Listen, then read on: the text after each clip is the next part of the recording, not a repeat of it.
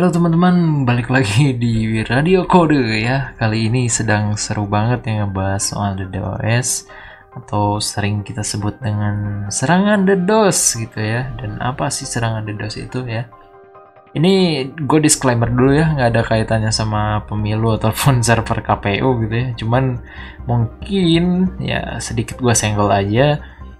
Tujuan gue di sini adalah menjelaskan apa sih itu DDoS dan kayak gimana sih maksud dan tujuan DDoS itu gitu. Dan kalau misalkan banyak share-share di Facebook dan media sosial lainnya mengenai DDoS, terus yang di screenshot billing warnet, kan lu sebenarnya nggak usah terlalu percaya dulu gitu soal itu gitu. Karena memang dalam kondisi kayak gini ada aja orang yang memanfaatkan kita untuk menjadi terpecah belah, anjir dan gitu kata-katanya. Ya intinya gitu lah. Jadi intinya jangan terlalu mudah percaya dulu, sementara memang isunya apalagi belum jelas ya. Kecuali mungkin ada yang membuktikan. Tapi skip lah, tidak akan membahas itu karena memang bukan kapasitas gue untuk membahas benar atau tidak sebenarnya Indonesia kena DDoS. Gue balik lagi ke teknik dasar aja. Apa sih sebenarnya si DDoS ini? DDoS ini bukan dede gemes ya yang lo suka ceng-cengin. Nah, jadi DDoS ini singkatan ya, kependekan gitu dari Distributed Denial of Service. Jadi anjir bahasa Inggris lagi gitu. Jadi itu tuh kalau diartiin dalam bahasa Indonesia ya, jadi kayak penolakan layanan secara terdistribusi. Nah, jadi intinya si tujuan DDoS ini supaya servernya mati gitu. Bukan mati sih sebenarnya. Jadi supaya trafficnya penuh. Jadi orang-orang yang mau ngakses gitu ke situ jadi nggak bisa gitu. Nah, ada kemungkinan nggak sih kalau misalkan server down itu gara-gara serangan DDoS? Mungkin, ya mungkin. Tapi mungkin juga karena resource servernya kecil, kemudian pengunjungnya besar, itu juga servernya bisa down gitu ya. Jadi kemungkinannya bisa 50-50. Nah, pernah nggak sih sebelumnya ada serangan DDoS gitu ya? Sebenarnya serangan DDoS kalau kita lihat-lihat sekitar 500.000 serangan setiap hari mah itu normalnya kayak gitu ya. Kalau kita monitoring tiap hari bisa dicek gitu ya. Nah, sebenarnya ada nggak sih serangan DDoS sebelumnya yang paling gede banget gitu ya? Nah, dulu waktu tahun berapa ya? 2013 atau tahun berapa ya? Jadi si GitHub, kalau kita tahu GitHub, media sosial coding itu pernah di DDoS ya. Sampai puncak trafficnya itu sampai 1,35 terabyte per second ya. Jadi kalau 1 mega itu misalnya 1 MP3 ya 1,35 terabyte itu mungkin ya lagu-lagu dari zaman 60 sampai zaman 2024 itu ada di situ gitu. Nah, pokoknya gede banget gitu ya. Trafficnya gede banget. Kalau lu beli kuota internet kayaknya sedetik tuh habis gitu ya kalau dipakai 1,35 terabyte per second. Nah, balik lagi, gue tidak akan membahas itu sebenarnya. Cuman kenapa sih orang-orang melakukan DDoS? Emang tujuannya apa gitu? Kok mau melakukan DDoS? Dan kok bisa gitu? Jadi memang si DDoS ini tujuannya adalah untuk memenuhi traffic ya. Jadi yang lain tidak kebagian dengan mengakses website tersebut. Contoh paling sederhana dan paling sering gue alami adalah isu DDoS Facebook misalkan yang baru kemarin terjadi sama WhatsApp gitu ya. Kenapa bisa sampai mati ya, ada jokesnya tuh di meme-nya karena memang dia belum bayar hosting. Jadi si Zuckerberg belum bayar hosting, gila. Nah, sebenarnya down gitu emang sering terjadi sih server gitu ya, bukan cuman gara-gara karena serangan DDoS. Dan server pajak aja tahunan gitu ya, kalau lagi penuh gitu untuk orang-orang daftar bukan karena DDoS juga dia mati gitu, karena requestnya penuh gitu, dianggapnya sama kayak DDoS gitu. Jadi dalam 1 detik misalkan ada 100.000 orang yang ngeklik bersamaan, nah itu servernya bisa aja penuh gitu. Dan itu gue yakin itu bukan DDoS gitu ya, itu memang karena deadline laporan pajak biasanya tanggal 31 Maret atau apa ya, bulan-bulan kemarin deh intinya. Nah, ada berapa cara sih kita kalau mau nge-DDoS gitu ya, ada berapa teknik. Yang pertama ada request flooding ya, atau flooding request flooding. Jadi teknik itu membanjiri jaringan ya. Jadi kita banyak melakukan request gitu ya, tapi yang dipenuhin adalah jaringannya, bukan servernya gitu. Jadi semua serangan itu ditujukan pada jaringannya. Jadi orang yang mau masuk ke website manapun karena jaringannya penuh, dia nggak bisa akses gitu. Nah, yang kedua adalah traffic folding ya. Halo teman-teman sekalian yang suka programming, terutama yang takut dengan JavaScript. Di sini gue mencoba membuka learning course ya. Di sini gue membuka kursus online React.js bahasa Indonesia tentunya, biar kalian lebih mudah. Dan di sini juga ada kurikulum yang sudah jelas, mungkin kalian bisa baca. Dan kalau kalian minat, silakan follow link yang ada di bawah. Di situ kalian tinggal masukin aja email, nomor telepon, dan nama kalian. Nanti kita akan menghubungi kalian ketika memang sudah rilis. Terima kasih telah mendengarkan Radio Code dan selamat melanjutkan cerita selanjutnya.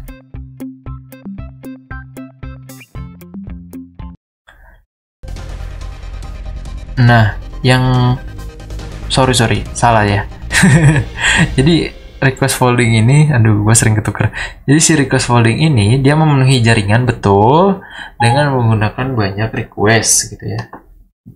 Jadi nge-request terus. Nah, ada lagi satu namanya traffic flooding ya. Jadi traffic flooding ini, jadi tekniknya kalau yang ini tuh membanjiri traffic. Nah, tapi menggunakan data yang banyak, jadi datanya gede-gede gitu, paket datanya, bukan cuma ngeping doang. Kalau tadi bisa jadi karena ngeping doang tapi banyak banget, kalau yang ini bisa banyak banget dan gede gitu datanya. Nah, yang ketiga ini adalah teknik yang sebenarnya agak sulit dilakukan ya, yaitu mengubah konfigurasi si servernya. Nah, konfigurasi bisa kayak DNS spoofing dan sebagainya. Nah, ini bisa terjadi, tapi jarang banget terjadi karena memang untuk mengubah itu kayaknya agak sulit. Kalau misalkan lu pernah kenal yang namanya brute force ya, untuk mencari password saat kita login tapi dengan cara brutal gitu. Nah, yang satu ini juga mungkin masuk ke tipe yang ketiga gitu ya, dengan cara merusak komponen server, termasuk ganti-ganti gitu ya, ganti-ganti konfigurasi. Tapi ini nggak banyak sih, karena memang cukup sulit dilakukan gitu ya, bukan cuman buat DDD Facebook yang pakai topping anonymous gitu ya. Ini agak sulit ya, dilakukan oleh sama DDD yang seperti itu ya. Nah, kalau misalkan kita ngomongin lagi berdasarkan layer dan sebagainya, nah DDoS ini biasanya tidak menggunakan orang gitu ya. Jadi kalau kita menggunakan DDoS terus kita pakai orang, kayak misalkan dulu mungkin sih ya, kita pakai 1000 orang terus kita nge-DDoS gitu ya, itu masih kerasa gitu ya. Kalau sekarang 1000 orang nge-DDoS kayaknya nggak kerasa deh. Nah, apa sih kok bisa sekarang bisa sampai jutaan request gitu ya dalam satu detik misalkan? Nah, karena dia menggunakan istilahnya bot gitu ya. Jadi dia nyebar dulu virus, kayak misalkan anggaplah kayak ransomware gitu. Jadi semua komputer yang connect ke internet dia tanami malware gitu ya, cuman orangnya nggak sadar aja.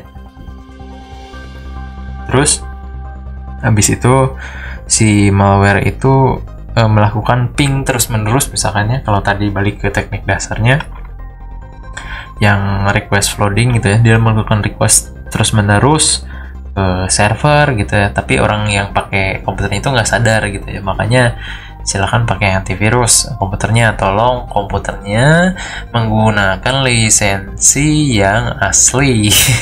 Jangan bajakan tuh. Kadang-kadang kalau kita pakai yang bajakan juga virus masih tetap masuk aja.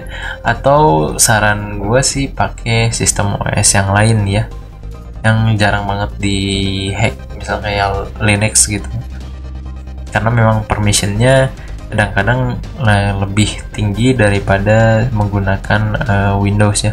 Tapi Windows juga sebenarnya permissionnya bisa tinggi kalau kita menaikkan yang namanya UAC ya, User Access Control. Cuman kita nggak nyadar aja karena kita sering pakai kerekan, UAC-nya kita kebawahin gitu, kita turunin level UAC-nya, jadi malware juga ikut masuk. Nah, kenalah Anda sebagai pelaku bot. Nah, kemudian teknik masalah DDoS tuh selain tadi tujuannya ya, secara penjelasannya gimana sih cara-caranya. Nah, yang pertama adalah botnet yang udah tadi gue ceritain. Jadi kita melakukan infeksi ya ke berbagai komputer, terus kita nggak nyadar bahwa komputer kita itu mengirimkan DDoS ke tempat lain. Nah, ini banyak terjadi. Kemudian juga menggunakan virus ya. Jadi virus ini dia sebar bisa dari internet. Kadang-kadang kita lagi buka internet gitu, terus kita membantu orang lain untuk melakukan request melalui website tersebut. Makanya setiap website pada zaman now itu harus wajib menggunakan HTTPS gitu ya, supaya tidak ada yang namanya jaringan ilegal. Kok bisa dengan HTTPS doang bisa bisa menghindari jaringan ilegal? Jadi gini, HTTPS itu bukan cuma label sederhana ya. Jadi ada beberapa verifikasi HTTPS yang dia tuh benar-benar harus sampai dikonfirmasi bahwa nama perusahaannya ini, kantornya di sini dan sebagainya. Jadi kalau misalkan ada kasus, ada case, itu bisa langsung kena gap orangnya. Makanya itu dasarnya HTTPS itu bukan cuman masalah security-nya doang gitu ya. Kalau algoritma security-nya memang dia tinggi ya, kalau nggak salah SH 256. Tapi bukan cuman itu, tapi dari segi non komputerisasi itu ada datanya, dan itu di enkripsi biasanya dalam bentuk CRT ya, atau kita sebutnya dengan certificate. Nah, pusing nggak lu tuh?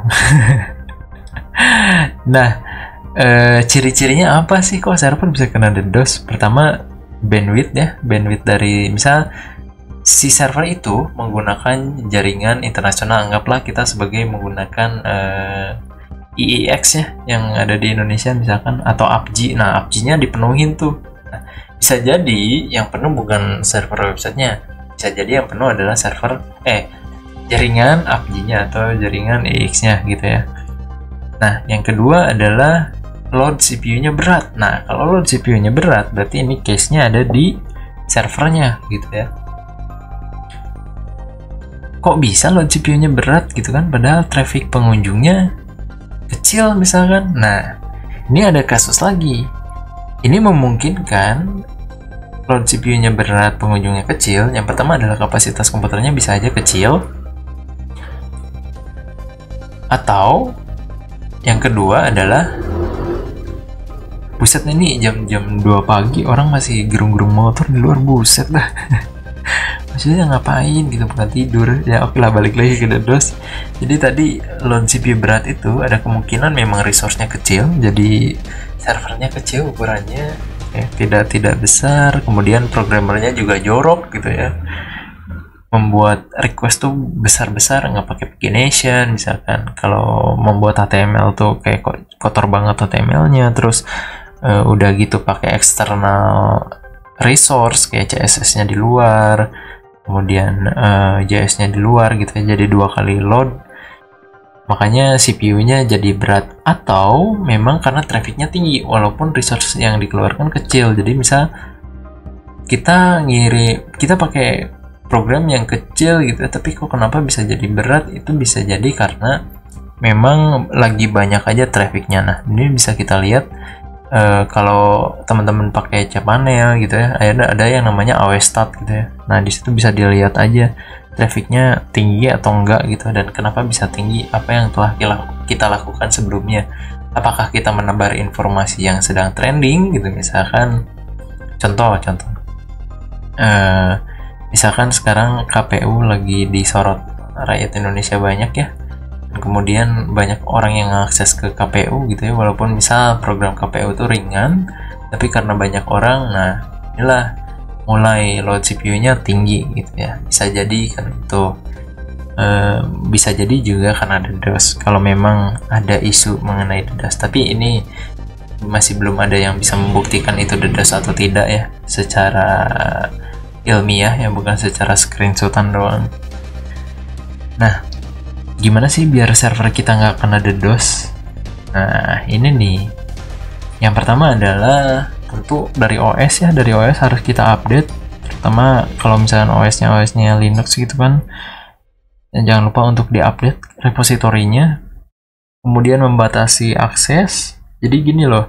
Jadi setiap server itu ada yang namanya whitelist. Jadi si server ini dapat diakses oleh IP mana saja. Nah itu bisa di set sebenarnya, namanya adalah whitelist gitu. Nah kebetulan mungkin pada saat-saat tertentu kayak Tokopedia dan sebagainya, kok jadi Tokopedia ya, intinya situs apapun lah ya, pasti punya whitelist pada bagian tertentu. Jadi gini, misal facebook.com itu nggak ada whitelistnya, jadi semua orang bisa akses facebook.com. Terus Facebook mungkin dia punya subdomain yang isinya adalah laporan ke si Mark Zuckerberg. Nah, misalkan laporan.facebook.com. Nah, laporan.facebook.com itu subdomain kan, dan subdomain itu kadang-kadang bisa untuk di close gitu ya, di whitelist. Jadi IP mana aja sih yang bisa mengakses ini? Nah, ini untuk mengakses ini dibutuhkan yang namanya VPN, gitu ya, Private Network Access gitu. Jadi mungkin cuma Mark Zuckerberg aja yang bisa masuk ke situ gitu. Nah, kenapa KPU nggak pakai VPN? Misalkan pembahasannya. Masalahnya KPU punya tanggung jawab publik terhadap Indonesia yang nggak semua orang ngerti masalah VPN, cuy. Jadi dia terpaksa harus membuka IP-nya IP publik gitu ya. Di luar dari masalah DDoS ini, tanggung jawab publik itu penting gitu ya. Jadi orang sebenarnya nggak bakal percaya kalau misalnya yang di display sekian, tapi kita pura-pura ngomong enggak kok database aslinya segini. Ya nggak bisa lah orang-orang lihat gitu ya data aslinya berapa. Nah, yang ketiga mungkin kita harus pakai kayak antivirus. Kalau nggak salah ada tuh yang namanya buat antivirus website namanya Immunify. Ini bukan promosi ya, jadi ada Immunify namanya, Immunify 360 atau berapa gitu, gue lupa. Nah, kita tuh harus aware terhadap yang namanya perkembangan teknologi karena cepet banget. Dan sebenarnya kalau ngomong-ngomong masalah mungkin nggak sih Indonesia DDoS, sama mungkin aja gitu, tapi apakah DDoSan itu bisa sampai menjatuhkan server-server di Indonesia? Belum tentu juga, karena tergantung bagaimana kekuatan DDoS-nya. Mungkin dari 1000 DDoS itu nggak nyampe semuanya, cuma nyampe 10 biji dan sebagainya, dan itu masih terhandle sama server gitu. Dan mudah-mudahan kabar baik ya dari Indonesia, tidak ada isu-isu kecurangan gitu, tidak ada isu-isu yang aneh-aneh gitu ya dari segi KPU. Karena gue sendiri sebagai orang IT sebenarnya kalau bisa membantu, apa sih yang bisa gue bantu gitu ya. Cuman pada saat ini gue cuma bisa menjelaskan bahwa banyak kabar yang belum fix gitu ya, untuk guys sekalian untuk teman-teman sekalian yang masih belum paham gitu ya, dan kemungkinan bisa aja salah. Tolong jangan terlalu rusuh gitu ya, jangan terlalu rusuh, sanskoy aja. Gue yakin orang-orang di KPU juga orang-orang IT yang lebih jago, kayak jauh lebih jago dari gue lah yang jelas. Dan udah pasti dipikirin gimana caranya backup, gimana caranya distribusi data dan sebagainya. Ini ngomong-ngomong masalah teknisnya udah terlalu jauh banget ya. Tapi disclaimer lagi, tidak ada hubungannya dengan KPU ya. Gue hanya menjelaskan apa itu DDoS. Mumpung lagi rame ya, pasti ada banyak traffic. Anda tahu kalau banyak traffic apa? Iya betul, AdSense. Saudara-saudara, terima kasih sudah mendengarkan podcast ini. Mudah-mudahan ini berapa menit sih? Ini, aduh, gue lupa nggak tahu menitnya. Ini menit berapa? 19 menit ya, seperti biasa. Gua podcastnya tidak akan lebih dari 20-30 menit ya. So, thank you very much for listening to me on this podcast Radio Kode. Jangan lupa untuk di subscribe. Oh ya, teman-teman, gua bukan buka ya. Gua lagi bikin tutorial masalah React.js ya. Di kanal React.js ini gue lihat di lowongan kerja gitu banyak. Jadi mungkin ini bisa membantu buat kalian, karena belajar React.js di web itu artinya sudah mempermudah kalian belajar React.js di mobile. Jadi artinya kalian bisa coding di web dan di mobile dengan mudah. Itu sih intinya. Gue pengen membantu mendistribusikan ilmu ke teman-teman sekalian, tapi dengan cara yang mungkin hanya untuk beberapa orang saja dulu, supaya fokus, dan gue juga bisa membagi di forum-forum tertentu gitu ya. Buat yang mau ikut silahkan bergabung, linknya ada di deskripsi. Dan jangan nanya lagi gimana caranya menjadi orang-orang pintar, tolong dibaca dulu, di situ ada kurikulumnya dan sebagainya. Thank you very much for hear my podcast on Radio Code. See you on the next time. Ciao.